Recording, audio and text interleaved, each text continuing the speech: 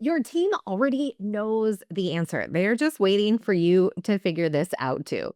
It sounds harsh, but if you ever feel like the bottleneck in your own business, and most business owners are at some point, I would bet real money that your meetings are a part of the reason why. Not because you meet too much, but because the meetings you are having aren't designed in a way that's getting you the results that you want.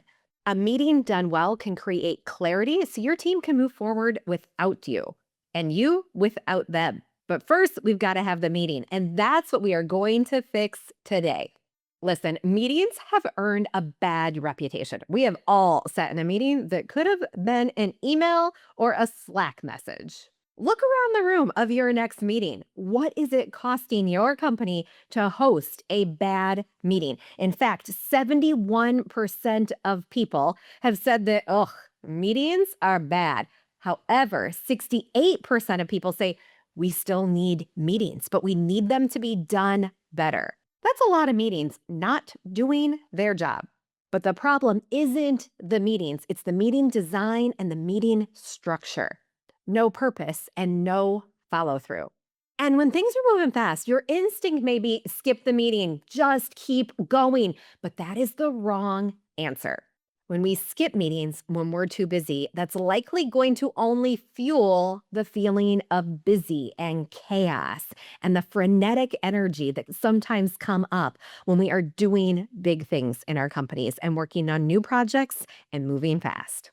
A meeting is a decision making machine. Every good meeting should give you three things: a decision, an action, and who is going to be executing on that action, and a date. When does this need to be done by, or when will we follow up on it again? If none of those things happen, we just had a conversation and it might have been great, but it likely wasn't serving the purpose we need it to serve. So let's get super practical and look at what actually works as you are rethinking your meeting culture. And just check in on that because if you're still wondering, do I need to rethink my meetings? Do I not need to rethink my meetings? Oftentimes, how we structure and run a meeting is a reflection of how our company and our culture operates. Is it working for you? If not, listen in because you've got some strategies here that you're likely going to be able to implement very easily and start to get some fast traction. Number one, right size your meeting schedules. Too many meetings oftentimes end up being on our calendars when it could have been just that email. On the flip side, if you have no meetings at all, you're likely missing out on some important touch points. Most growing businesses need some version of these four meetings. Number one, a weekly team check in with your core team members, not an all company hands meeting, but a core check in with those people that are driving execution on your business in key areas and may also be meeting with other teams and departments on their own. So, one weekly check in. Second, you may need one on ones with your direct reports. Now, this may be every week, this may be every other week, this may be once a month, and it may vary on frequency based on what you have going on in the business at any given time. But those one on ones are really going to give you an opportunity to build rapport and get closer to the heart of what may be working and what may not be working in any given area of the company so that you can make improvements and stay well connected.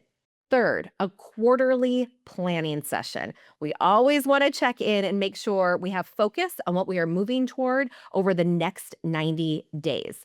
And third, you may have ad hoc decisions that need to be made or ad hoc meetings that need to happen based on what is happening in your business right now. You may bring a small group of people together to focus on one very specific thing. Other people may meet even without you to focus on different things. But we would just want to have an intention so we know what decisions need to be made so we're clear in those meetings. Before you schedule any meeting, ask yourself these three questions. What decision needs to be made? Who actually needs to be in the room? I'm going to tell you more about that in just a second. And third, could this meeting just be an email? And if you say, yeah, actually, this doesn't need a whole big thing, then make it an email. So if you're not clear on those three things, don't schedule the meeting. Because again, we don't want just extra meetings on our calendar, which often happens. Give me a call. Hey, we should meet on that. Can we talk about that later? I'll book in with you. Oh my gosh, your calendar just bloats and bloats and bloats and bloats. And we want to bring it back and we want to be super intentional. Number three, as you think about redesigning your meetings, keep attendance lean.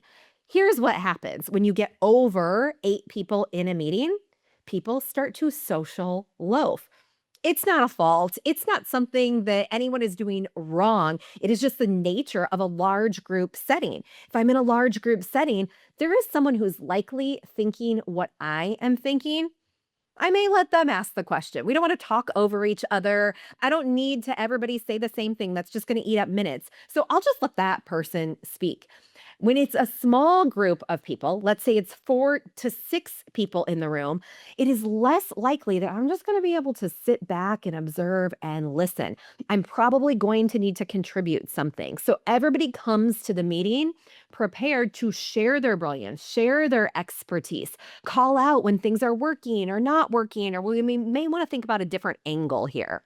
If everyone is invited to the meeting, no one is accountability. And we're naturally just going to drop in effectiveness of that meeting the more people that are in the room. Now, does an all hands meeting from time to time still need to happen with more people? Oh, absolutely. But that serves a different purpose. That's more of a forum, it's more of a presentation than it is a collaborative meeting. Next, use a standing agenda. This is really going to help because if there is an agenda in a meeting, we are clear on what we need to move through. We're clear on what we need to decide on and what we need to discuss to walk out of that meeting being a success. An agenda also allows you to pace the meeting because if you're only halfway through that agenda and you only have 5 minutes left in the meeting, you know that you're either going to need to ask for more time with the meeting attendees if they don't have conflicts following this session, or you're going to need to schedule some follow-up items.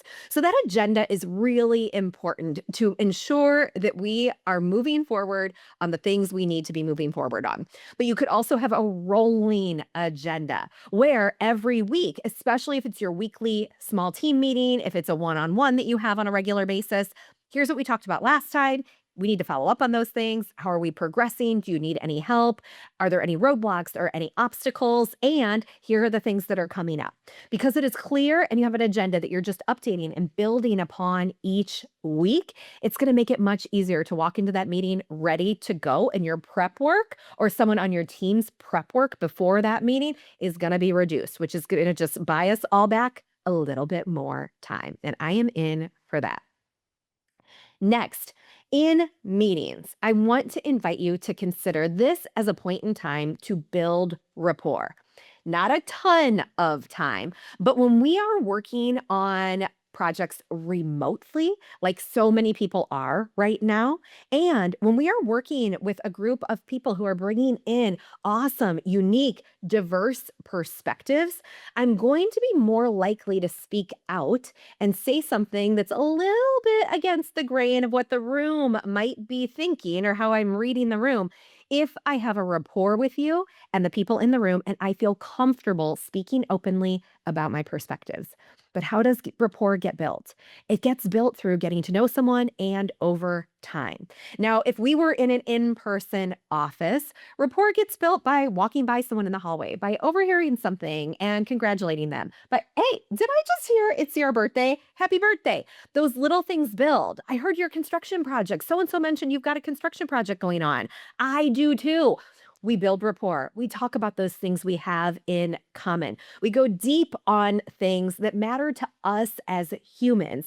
And that comfort is built over time as we're opening up and sharing and being a little bit more vulnerable. That is going to convert to those meeting times. And you want those diverse perspectives and you want people to feel comfortable sharing their expertise, especially if you are working on something in your company that is important to you. You want people to share when they see something that, oh, I don't know if I do that. So you've got to take just a little bit of space and time to check in. If you've got 4 people in the room, that's going to be a lot easier to do at the beginning of every meeting than if you have 20 people in the room.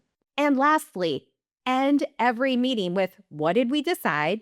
What actions are we taking and who's doing it? And when are we following back up? So we end where we began. And this might not be something that you can go through in its entirety because maybe you worked through a lot in this meeting, but it may be something that you have in the rolling agenda. So we can say it is all here. We have captured it, or we'll send some follow up notes so we know who's doing what when, and we can follow up on all these things when we meet again next week. So at least you've called out what the next steps are and when we will meet again. So, if things are moving fast in your company and in your world right now, this could feel like you are slowing down.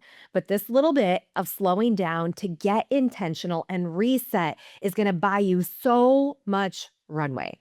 In fact, when you're moving fast and there is fast growth on the horizon, it does not necessarily mean you need less structure. You likely need a tiny bit more so that everybody knows what they need to be doing. And the chaos and the frenetic energy that may be out there is brought back into focus and everybody gets on the same track, moving in the same direction. Without this, bottlenecks emerge. Without this, people leave the meeting wondering, I don't know. What do you I don't know. Decisions from last week will still be in progress. Same questions will keep coming up again and again and again. And you can't step away without things potentially falling apart. Your team is waiting for you. So go forth, fix your meetings, and let us know how it goes. You are right on time to make some small tweaks because if you just start implementing these things little by little, you're going to notice a drastic shift in how your company operates, both within the meetings and outside of the meetings. I can't wait to see how this works out for you. You're right on time.